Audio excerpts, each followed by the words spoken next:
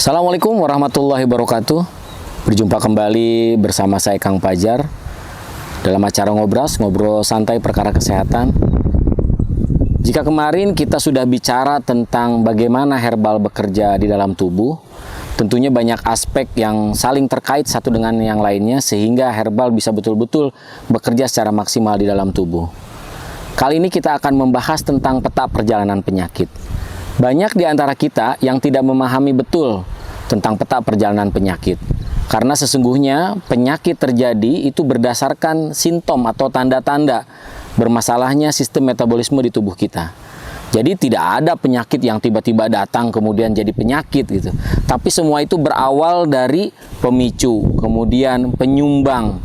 Ya, salah satunya kita ambilkan contoh kasus batuk. Seseorang dikatakan batuk, walaupun dalam pengertian kesehatan, batuk itu bukan penyakit. Batuk itu merupakan respon tubuh untuk mengeluarkan sesuatu yang coba masuk ke dalam tubuh.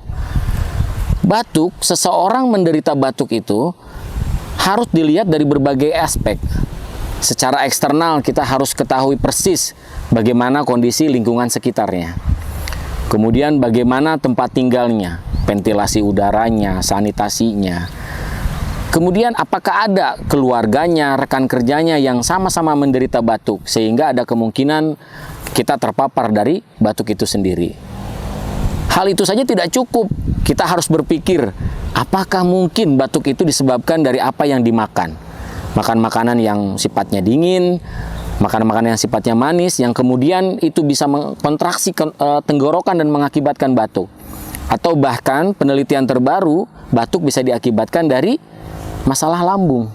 Asam lambung yang tinggi kemudian naik mengakibatkan saluran trakea kita bermasalah dan itu mengeluarkan batuk. Maka kita sering dengar istilah batuk 30 hari, batuk 40 hari, sampai batuk 100 hari.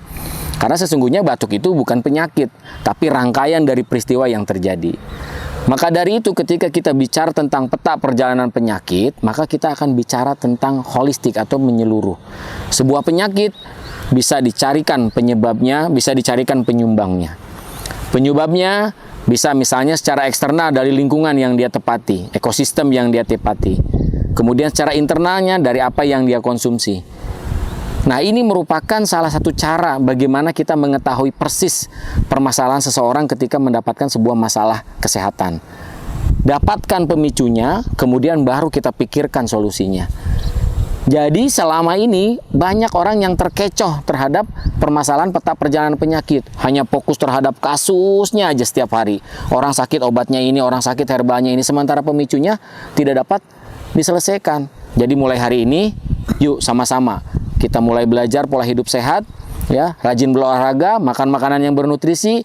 Tidak lupa konsumsi air putih secukupnya. Salam sehat, jangan lupa bahagia. Assalamualaikum warahmatullahi wabarakatuh.